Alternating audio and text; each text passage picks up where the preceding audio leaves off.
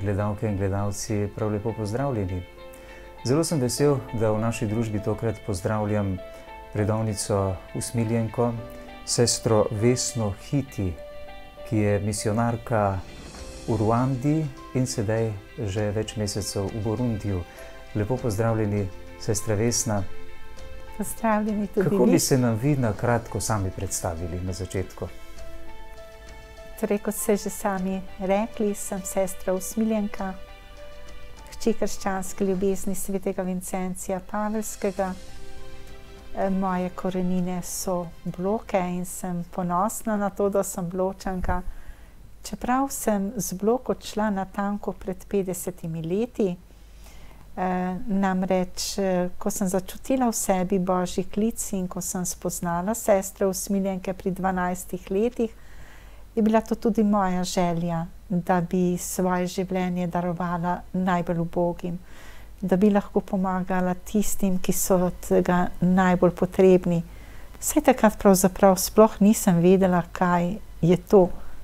Zdaj vem, da je bil to Božji klic in zdaj vem, da je bil tudi to moj takrat še tako nejasen odgovor na ta Božji klic.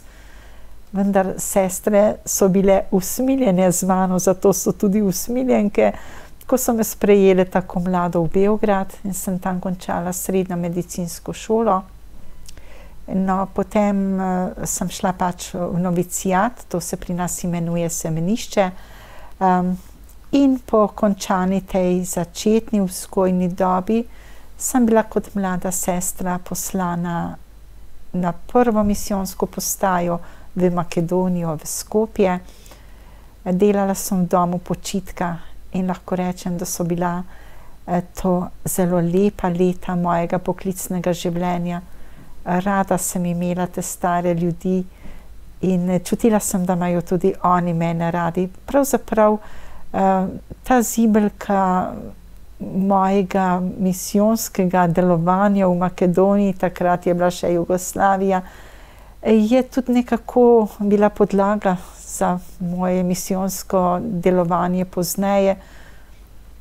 Namreč, jaz sem že kot otrok čutila to željo, da bi šla rada v misijone. Pa pravzaprav eno takšno idealno željo. Videla sem sestro Marjeto Mrhar v družini z enim zamorčkom v naročju. Jaz bi pa tudi imela enega zamorčka v naročju. A ne, to je tisto, ko otrok nekaj idealizira, dejansko je pa to tisto, ko ti Bog že nekaj položi v srce in je pravzaprav ti že nekako nakaže, kaj bo tvoja življenjska pot. Čeprav je bilo do takrat kar dolga pot, saj sem dolga leta prosila, predno sem končno le odšla v misijone. To se je zgodilo leta 1991, ko sem v januarju odšla najprej v Pariz, da se naučim jezika, in potem sem odletela proti Ruandi zvečer 24. junija 1991 in naslednji dan pristala v Ruandi, ko sem pa zvedela, da je Slovenija bila napadena, torej je moj misijonski poklic na ta način povezan s Slovenijo, ker sem prav takrat prišla v Ruando. Rekli ste, človek nekaj idealizira na začetku. Ko ste pristali na afriškem kontinentu, ali ste imeli takšne predstave, ali se je potem slika spremenila? Slika se je bistveno spremenila. Pač vsaka slika je lepa, tudi če je otrok umazan, je slika vedno lepa. Torej, sem kar doživela neki psihični šok, lahko to rečem. Na letališču me je pričakala sestra Bogdana, pa še dva gospoda Salezijanca in je bilo življenje, takoj smo šli najprej v sestrsko skupnost, potem pa že sestro Bogdano obiskati neke bolnike, neke okužene od AIDS-a in tam so bili otroci, umazani, raztrgani. Jaz sem po poklicu medicinska sestra, učiš se vse sorte bolezni in takrat sem imela občutek, kakor da vse te bolezni, vsa ta umazanija ne čaka nič drugega, kakor da skoči name. Tako je bilo treba kar nekako narediti neki preskok iz tega idealiziranega črnčka in tega realnega črnčka, ko sem ga le lahko prijela v svoje roke in tudi premagala ta šok. To je bil kar neke vrste krst, če se lahko tako izrazim. No, potem še druga realnost.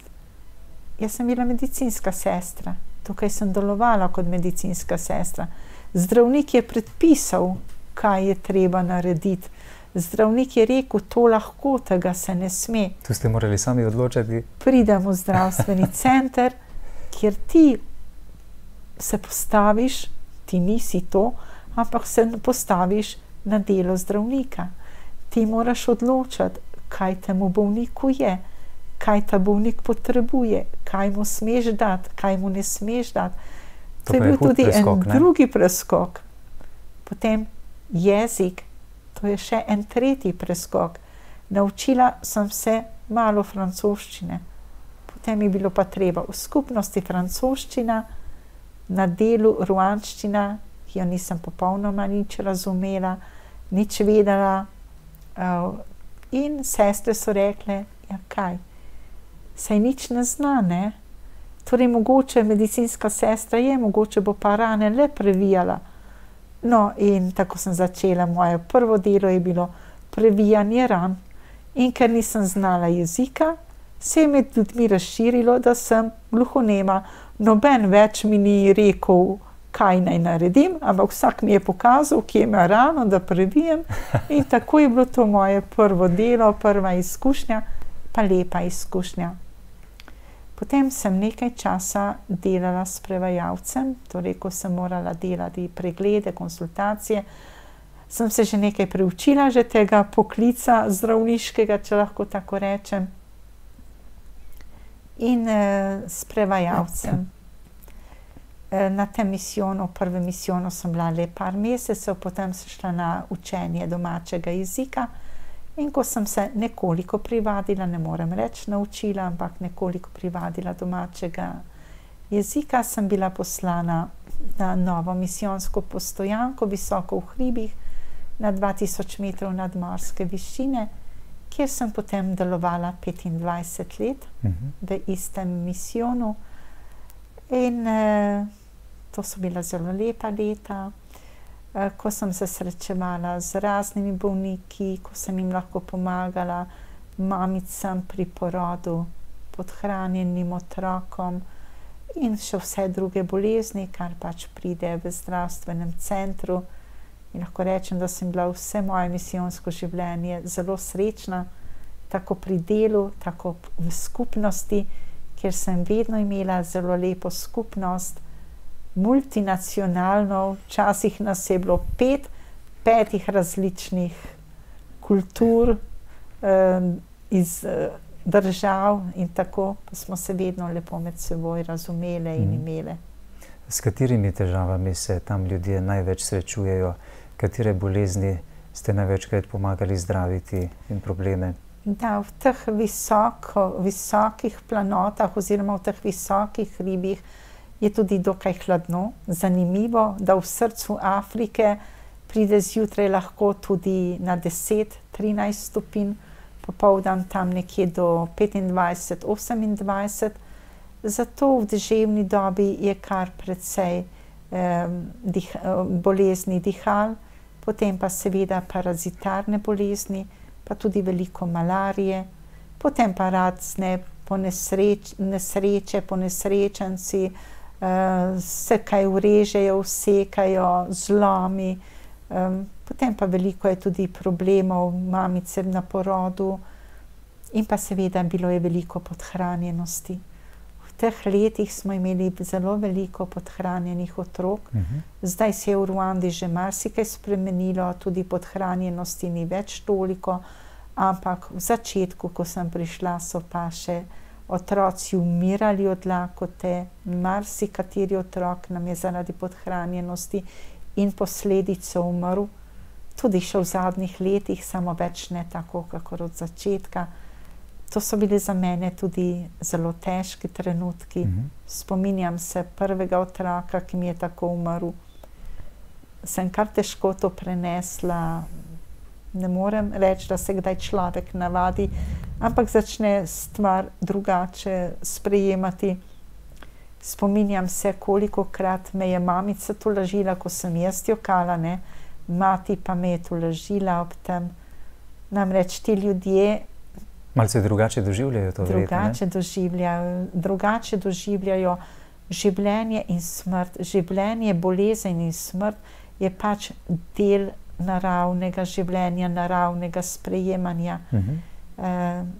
Pa ne samo naravnega, ampak jaz bi skoraj rekla eskatološkega. Znajo drugače to božjo prisotnost v trpljenju sprejemati in prenašati, kakor pa mi.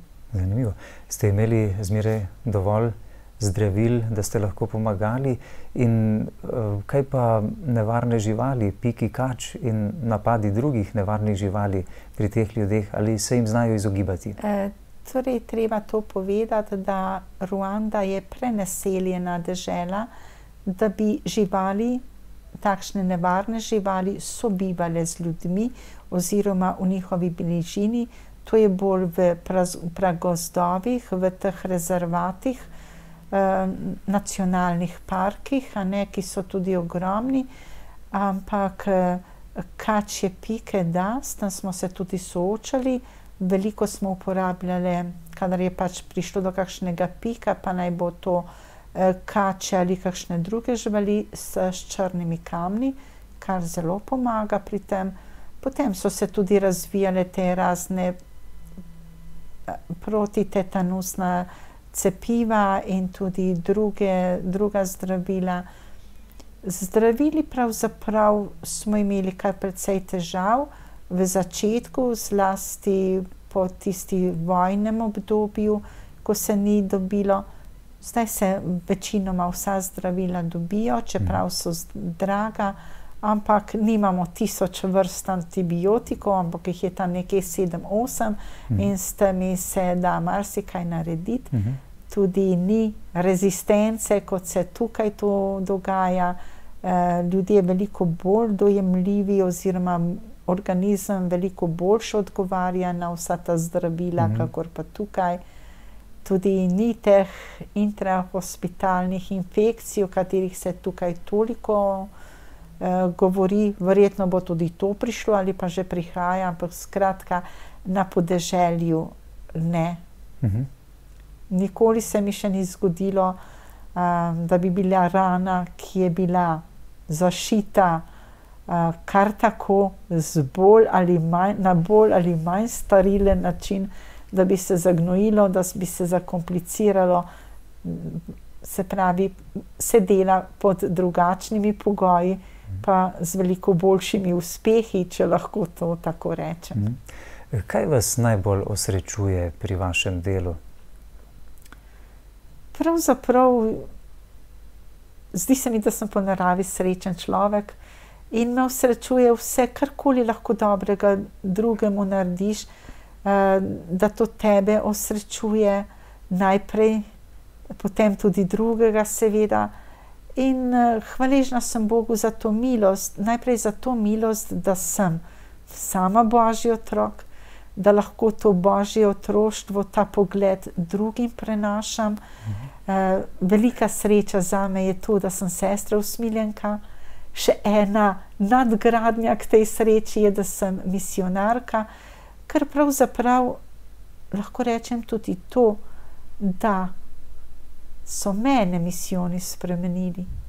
Da nisem jaz drugih spreobračala, ampak so najprej misijoni mene spreobrnili, da tudi na marsikaj gledam drugače, ne bom rekla bolj realno, ker vsak ima svoj realni pogled na življenje, ampak marsikaj znam relativizirati. Če se spomnim od začetka, jaz sem bila že po naravi zelo urejena, zvezki, vse je moralo biti čisto, vse je moralo biti brez ušes, vse je moralo biti oburi, vse. Prideš v Afriko, drugi svet. Že to te nekako spreminja, nekdo bi rekel na slabše. Ne na slabše, ampak čas dobi druge dimenzije. Torej, ob tej uri bi moralo biti. Ja, ob tej uri tega ni. Ja, bo pa čez 2 uri, pa če ne bo čez 2 uri, bo pa jutri, pa če ne bo pa jutri, bo pa čez 3 dni. Torej, pri nas bi bil alarm, ne? Ja. V takem primeru tam pa vendarle to doživljajo drugače. Se to doživlja drugače in s tem pa ne rečem, da moraš se potem prepustiti času, da bi čas s teboj gospodoval, da bi ti stvari kar prepustil, naj gredo, kakor gredo. Neka urejenost, neka določenost, neki cilji, to mora biti. Ampak potem pa, ko pridejo vmes višje sile, je treba to enostavno sprejemati in iti naprej po kakšnem ovinku, po drugi poti, na drugačen način, z drugačnim pristopom. Skratka, tako to gre naprej. Ali najdete kaj prostega časa tudi zase, da se umaknete v samoto, ali kako to funkcionira pri vas, misionarjih? Verjetno morate imeti tudi čas zase. Se pravi, čas si je treba zavzeti za tisto, kar je bistveno. In to, kar je bistveno za nas, je duhovno življenje. Prazen človek ne more svoje praznine drugemu dajati. In zato je treba to praznino, to duhovno potrebo nekje napolniti. Meni je zelo pomembno in vsaki sestri, da se prizadevamo za to duhovno življenje. Tako jutranje premišljevanje, skupne hvalnice, skupne večernice, molitev ružnega venca, Evharistija. Brez tega duhovno življenje ne gre. Je vsak dan tako? Vsak dan. Branje Božje besede, to mora biti vsak dan hrana našim dušam. In če tega ni, česa bistvenega ni. In če tega nimaš, saj se ne moreš razdajati. Ne? Potem pa vsak mesec vzamem en dan za mesečne duhovne vaje. To je morda edini prosti čas. Rada pa zvečer, tudi v noč, tudi včasih malo dlje v noč potegnem, da kaj preberem. Zelo rada berem, zlasti duhovno literaturo, tudi Sveto pismo, pa spise ustanoviteljev in druge stvari. Tudi kakšen roman, ker me to nekako razpoloži, razbremeni in tudi druge poglede, dobivaš lepoto slovenskega jezika, če lahko v slovenščini kaj preberem. Tako da, skratka, potem pa letne duhovne vaje, za sestre je za nas poskrbljeno, da imamo vsako leto 8-dnevne duhovne vaje, vmes še včasih kakšen tečaj. Skratka, duhovno mora človek zajemati, da lahko tudi duhovno razdaja. Kaj pa ta vaš osebni, intimni stik z Jezusom Kristusom? To je bilo že od vsega časa, da tako, ko hodim po ulicah, rada molim rožni venec ali pa preprosto Jezusovo molitev. Skratka, to duhovno življenje in če imam kakšen trenutek, da se sama umaknem ali v svojo sobo ali v kapelico, to je moja notranja potreba, da se baterija napolni. In sem Bogu hvaležna za to milost, da mi da to potrebo in za to milost, da lahko kljub vsemu najdem tudi te trenutke, tudi ko grem do mojega delovnega mesta, lahko grem po ulici, molim, se vračam, lahko grem iz enega v kraj v drugo, za kratek stik, ta odnos z Gospodom, to mi veliko pomeni. Tudi tukaj v Sloveniji, zdaj, ko sem na dopustu, sem kar veliko zunaj, kar manjka mi ta skupna molitev, ker zdaj me kličejo sem, zdaj tja, ampak tudi med temi potovanji v avtomobilu, ko sama vozim, najdem vedno stik z Gospodom. Dolge vožnje mene nekako notranje sproščajo, ker je to čas za intimni pogovor z Gospodom. V teh dneh se približujemo Slomškovi nedelji, ki jo praznujemo v naši mariborski nadškofiji še na poseben način in v celjski. Slomšek je dejal, kdor hoče druge vneti, mora sam goreti. Ne? Da. Kako je v v Burundiju, pa tudi v Ruandi z verskim življenjem. Na kakšen način delujete v tem smislu, misionarji? Kako približujete vero tem ljudem, oziroma v kaj pravzaprav oni verjamejo? Gotovo, ker to so plemena, gotovo so ohranili še veliko svojih stvari, ne, ki morda niso najbolj združljive tudi s krščansko vero. Ali kako? Zanimivo, da je kultura tako Ruande kot Burundija zelo religiozno usmerjena. Torej, že prej je bil samo en bog, Imana, in da je ta bog močno vključen v njihovo življenje, v njihova imena, v vseh njihovih domačih imenih je prisotno to Božje ime. Dejansko pa obe deželi sta okrog 60% katoličanov je, potem tudi protestantov veliko, v Ruandi več muslimanov, v Burundiju manj. Ampak te tradicionalne vire verjetno še imajo kaj, ampak jaz jo tako nisem začutila, tako doživela. Če so se ljudje spreobrnili, se držijo krščanske vire, morda imajo še kakšne obrede, bolj paraobrede, to pa nam ni toliko znano, se v to tudi ne vmešavamo. To je bolj povezano potem z raznimi zdravilci, z raznimi urokovanji, takšne stvari. V te stvari se ne mešamo, ampak je pa ta duhovna nagnjenost zelo močna. Tudi na vseh avtomobilih, zlasti tovornjakih, so napisi Bog je vse, Bog je edini, ali pa kakšen odstavek iz psalma, kakšen sklik. Tako da je to zelo prisotno v narodu. Se lahko učimo od njih. Se lahko naučimo od njih, prav to. Potem pa, ko vedo, ko me sestre, ko prideš med ljudi, že naša obleka, že naše zunanje znamenje, jih takoj nagovori na Boga in takoj začnejo pogovor, ki se nanaša na vero, na Boga. Meni se zdi to zelo pomembno, da ohranimo ta zunanja znamenja, ker hočeš nočeš ljudi nagovorijo na Božjo prisotnost nas. In tudi na zahteve, ki jih ti ljudje imajo z ozirom na naše vedenje do njih. Od nas pričakujejo ne, da smo ekstra ljudje, ampak da smo nekaj posebnega, da to Božjo prisotnost na nek način izžarevamo.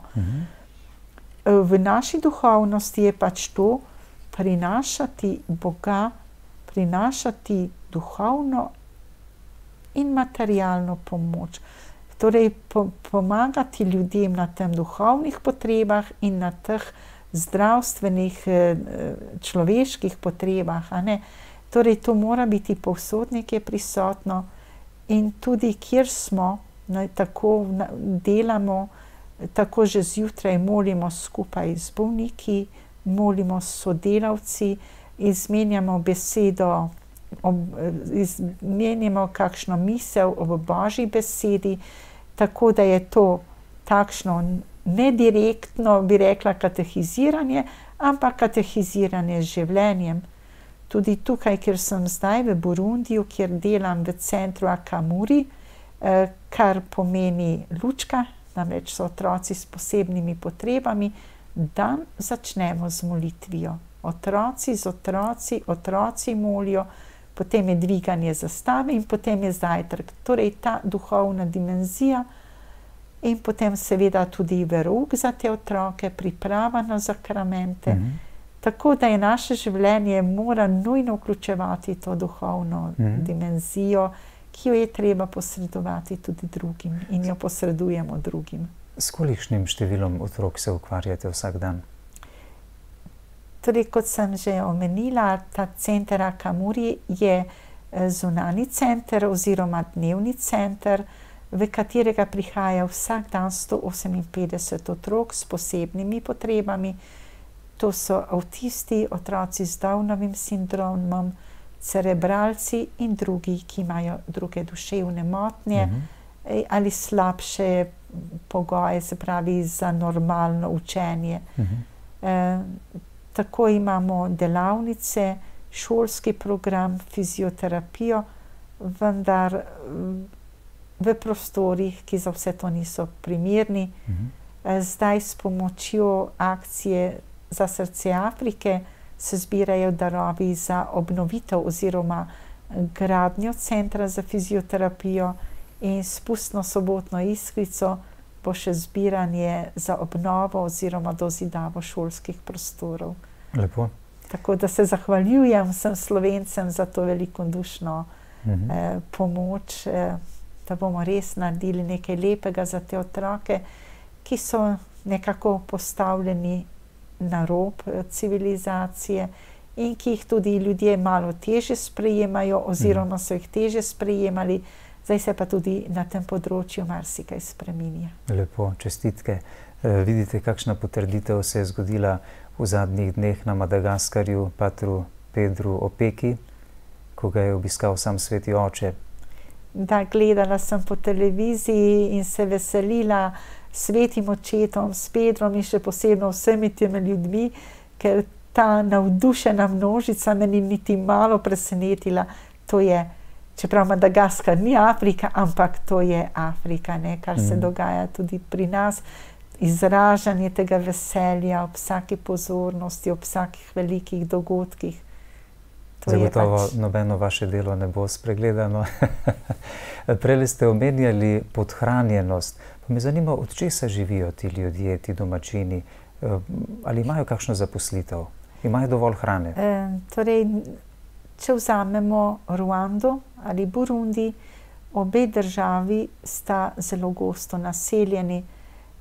Tako ena kot druga, z majhno razliko, 26 Ruanda, 27 000 kvadratnih kilometrov Burundi, v eni 12 milijonov, v drugih 13 milijonov prebivalcev.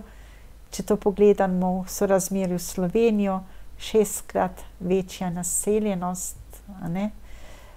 Potem si lahko predstavljate, da ni lahko, da je premalo zemlje, da bi vsi ljudje imeli hrano, tisto, kar je najnujnejše, ampak podhranjenost je posebno povezana z otroci do 5 let.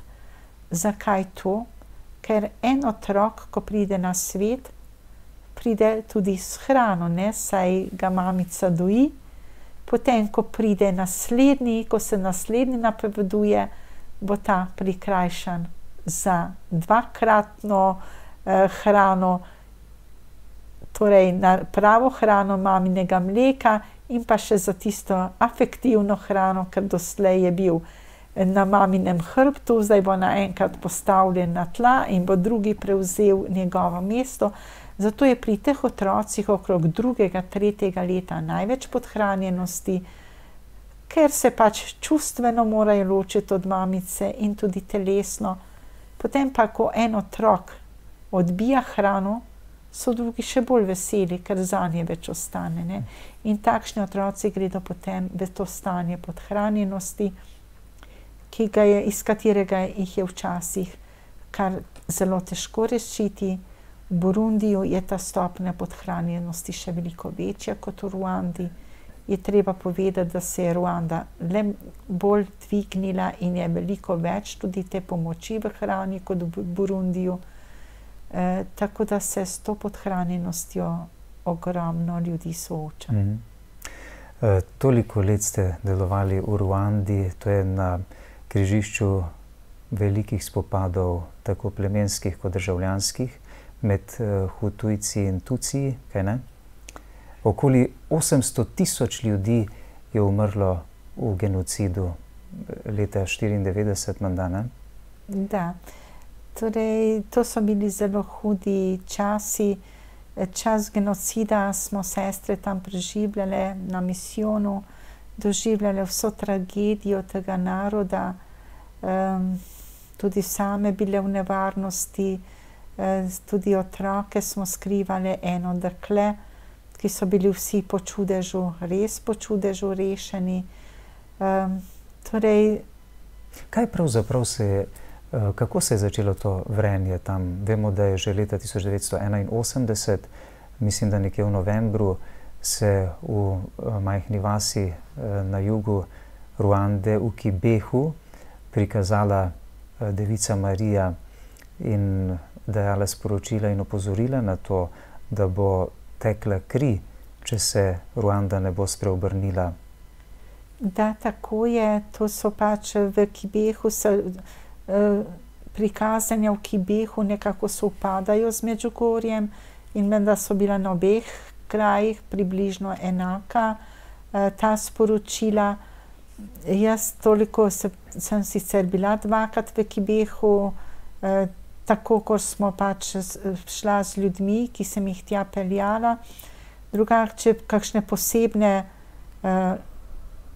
da bi kaj posebno se poglabljala, lahko priznam, da se nisem, ker pač v teh visokih krajih me sestre nimamo navade, da bi hodila sem in tja, pač greš po dolžnostih, ne. Torej, kako ste vi, sestre, doživljali te napetosti med temi plemeni? Kako se je začelo pravzaprav to vrenje? Torej, jaz sem prišla v Ruando, ko je tam že bila vojna.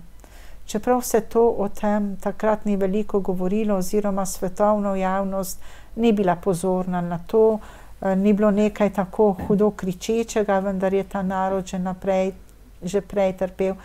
Veste, to je zgodovina napetosti med dvema etnijama, ki se je včasih bila podpihovana z ene ali druge stvari. Dejansko pa je to boj za preoblast, za oblast enih ali drugih. In ko je takrat bil ubit ta hutujski predsednik, je potem to tako hudo zavrelo, ne. Sicer pa so bila podpihovanja in te napetosti že dolgo poprej.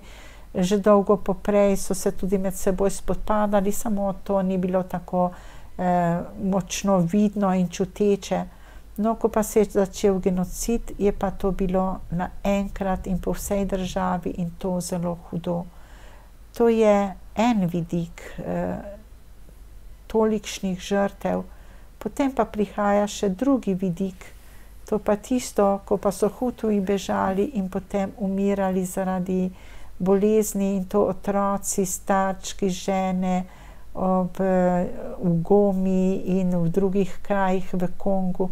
Torej, genocid je, govori se o teh 800 000, ne govori se pa o drugem skoraj milijonskem izgubljanju, življenj zaradi bolezni, zaradi vseh teh epidemij na drugi strani. Torej, ena in druga stran je trpela in torej Ruanda je res bila dežela bolečin, trpljenja, posebno v vseh teh letih pred 94 in med 94 in po 94 letu.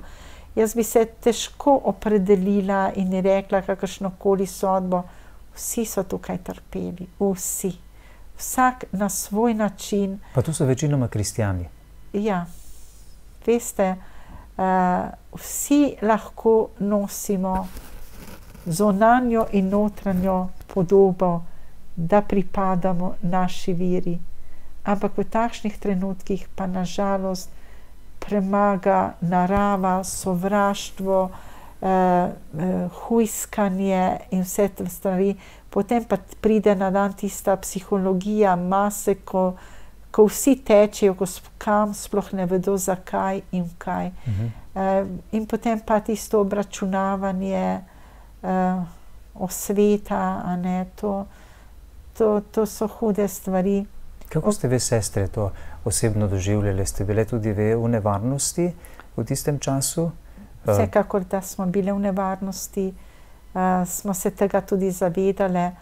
Jaz se spominjam, da nikoli nismo bile toliko pred Najsvetejšim, kakor prav v tistem času, ker dela ni bilo veliko, ker ljudje niso prišli iskat zdravstvene pomoči, ker se ljudje niso hodili iz enega kraja v drugega, vsak se je nekaj bal za svoje življenje. Mi smo skrivali tudi te otroke in eno dekle in smo se zavedali, da vsak trenutek lahko pridejo po nas oziroma po te otroke, ki smo jih skrivali, in smo se tako tudi pripravljali na življenje ali smrt. Torej, takrat človek sprejema vse tudi tako, ne bom rekla fatalistično, ne.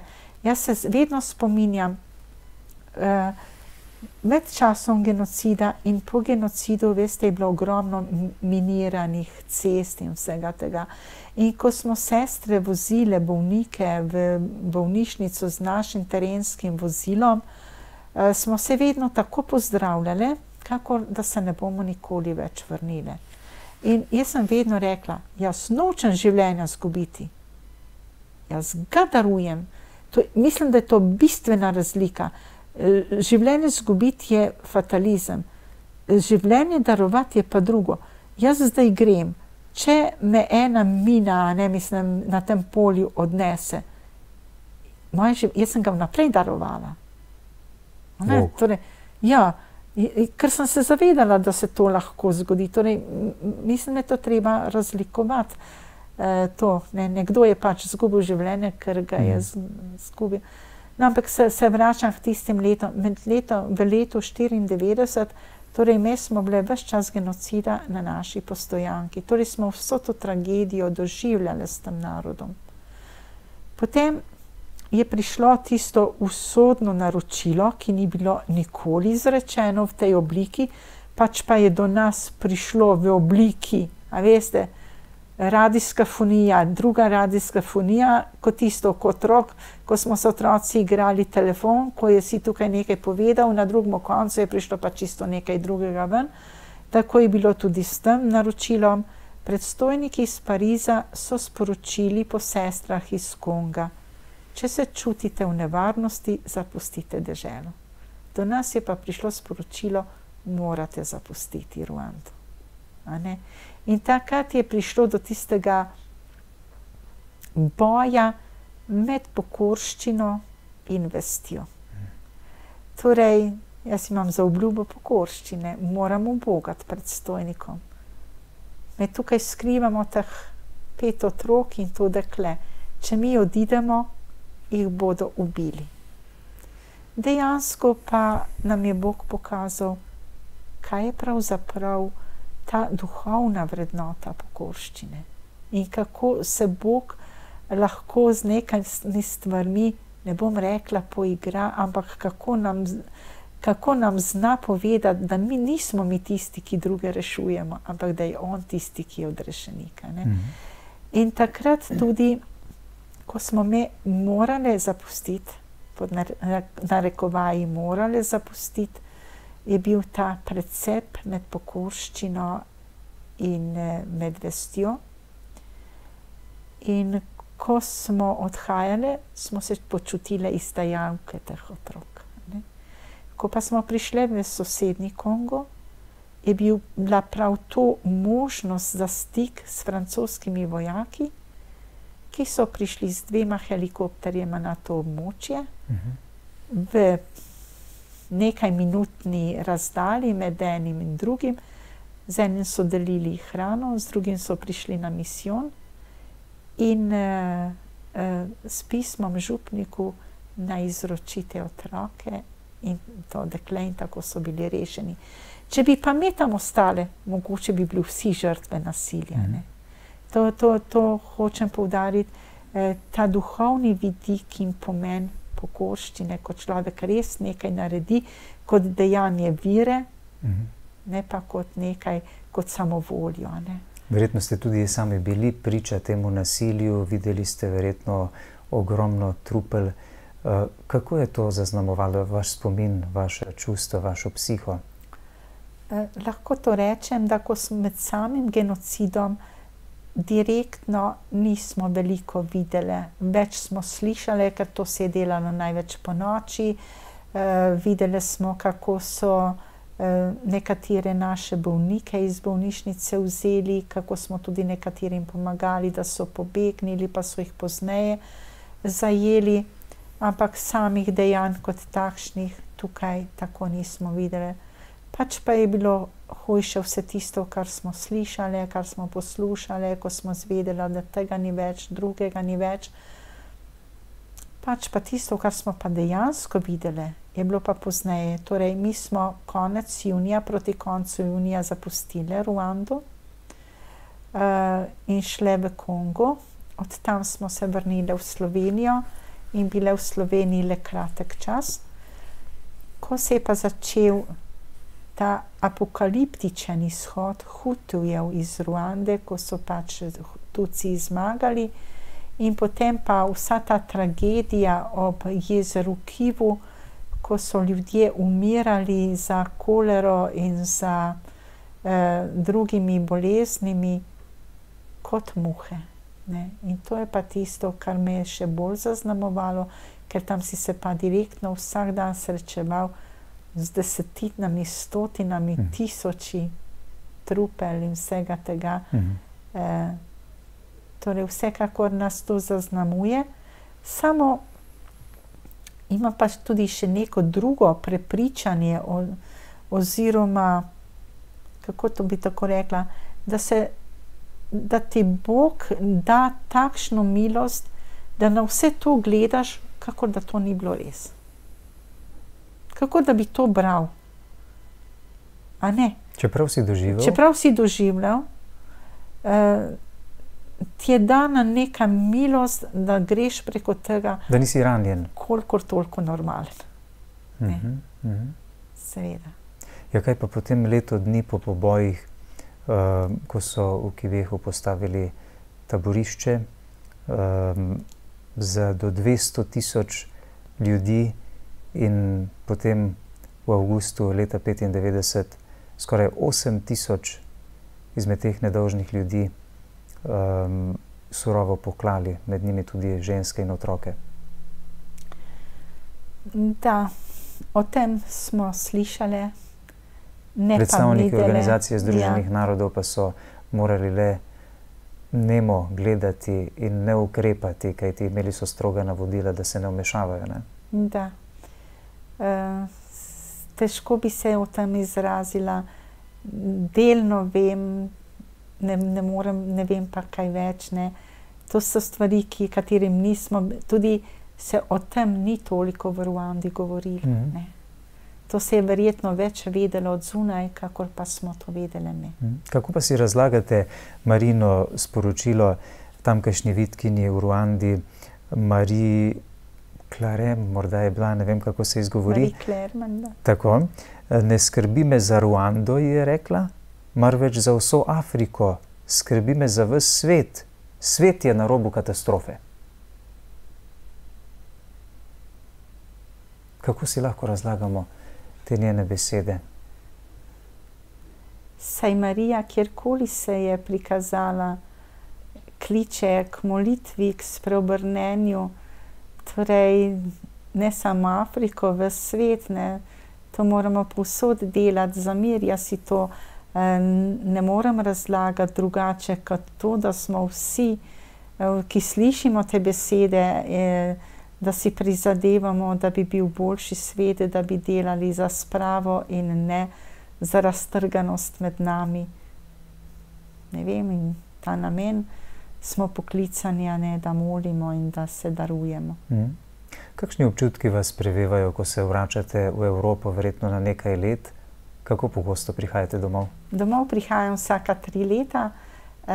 Prihajam z veseljem. Vedno se zavedam, da prihajam domov. Ko pa mine 1. mesec, 2. mesec, sem pa že več spet v duhu v Ruandi oziroma zdaj v Burundiju in že kar komaj čakam, da grem nazaj domov. Torej, povsod sem doma, grem domov, pridem domov in se vračam domov. In je to ta lep občutek, da smo pač doma, tam, kjer je naše poslanstvo. Kaj pa si mislite ob tem, ko vidite, kako versko življenje pri vas na vašem delovnem mestu v Afriki cvete, ne? Tukaj v Evropi pa je obratno. Cerkve se praznijo, so vera pravzaprav, je takšen odpad od vere in od cerkve, da je to nekaj neverjetnega. Kako vi to doživljate? Kaj mislite ob vsem tem? Jaz sem bila tukaj kar na nekaj mestih, kjer so me prosili za pričevanje. Lahko pa rečem to, v Afriki je edino dogajanje za mnoge to, kar se doživlja v cerkvi. In zato gredo mnogi v cerkev, ker pač tako je, ne? Tukaj pa kdor pride v cerkev, prihaja iz prepričanja, ne pa iz dolžnosti. In sem prepričana, da tudi tukaj vera ne umira, ampak se na nek način poglablja v tistih, ki to dejansko so to z vsem srcem.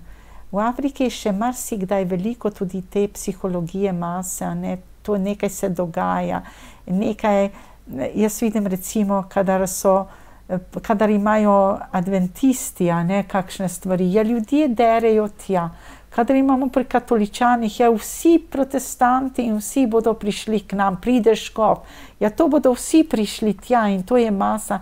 Ampak to dejansko to ni tisto, kar bi se reklo zavestna vera. Se sploh ne veš, kdo je katoličan, kdo ni, kadar je kakšen poseben dogodek, ne.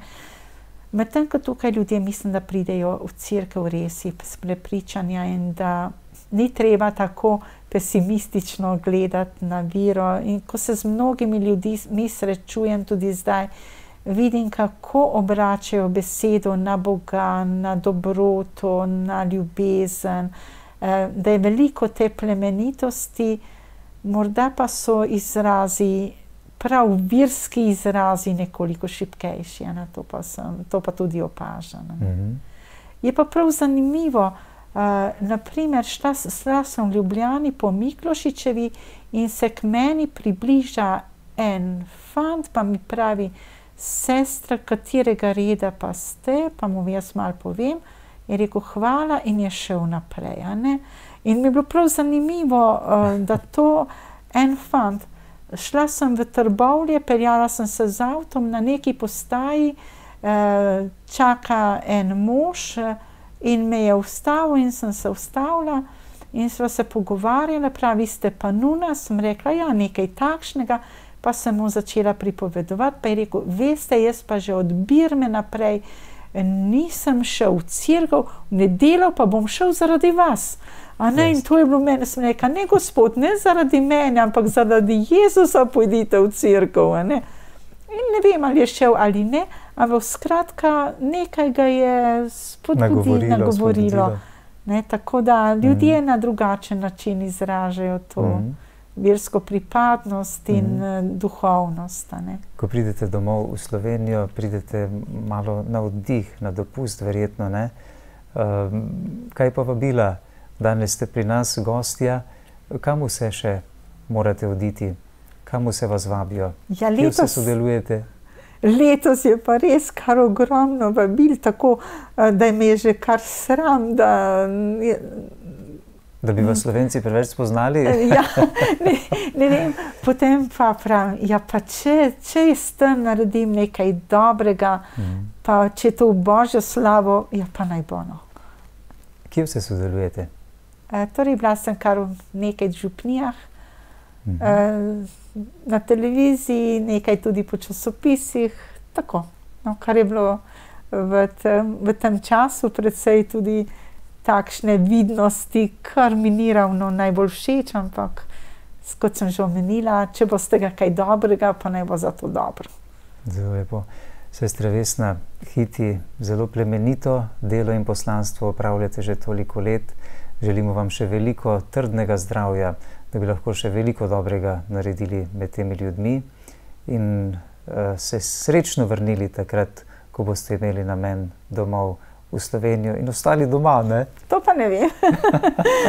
Ja, Bog povrni vam, Bog povrni vsem dobrotnikom, Bog povrni vsem, ki mislite na misijone in vsem, ki podpirate naše delo na takšen ali drugačen način. Jaz sem zelo hvaležna in vsi slovenski misijonarji smo ponosni na to, kar Slovenija stori za nas, na vse to, kar stori za nas misijonsko središče, Slovenska Karitas in drugi dobrotniki. Res vsem iskrena zahvala. Hvala, ker ste bili naša gostja. Srečno pot nazaj v Burundi in potem še srečnejšo vrnitev, da tako rečem, nazaj v Slovenijo. Hvala vam. Pa se spet vidimo pri nas. Upam. Hvala pa tudi vam, spoštovani gledalci, ker ste bili z nami.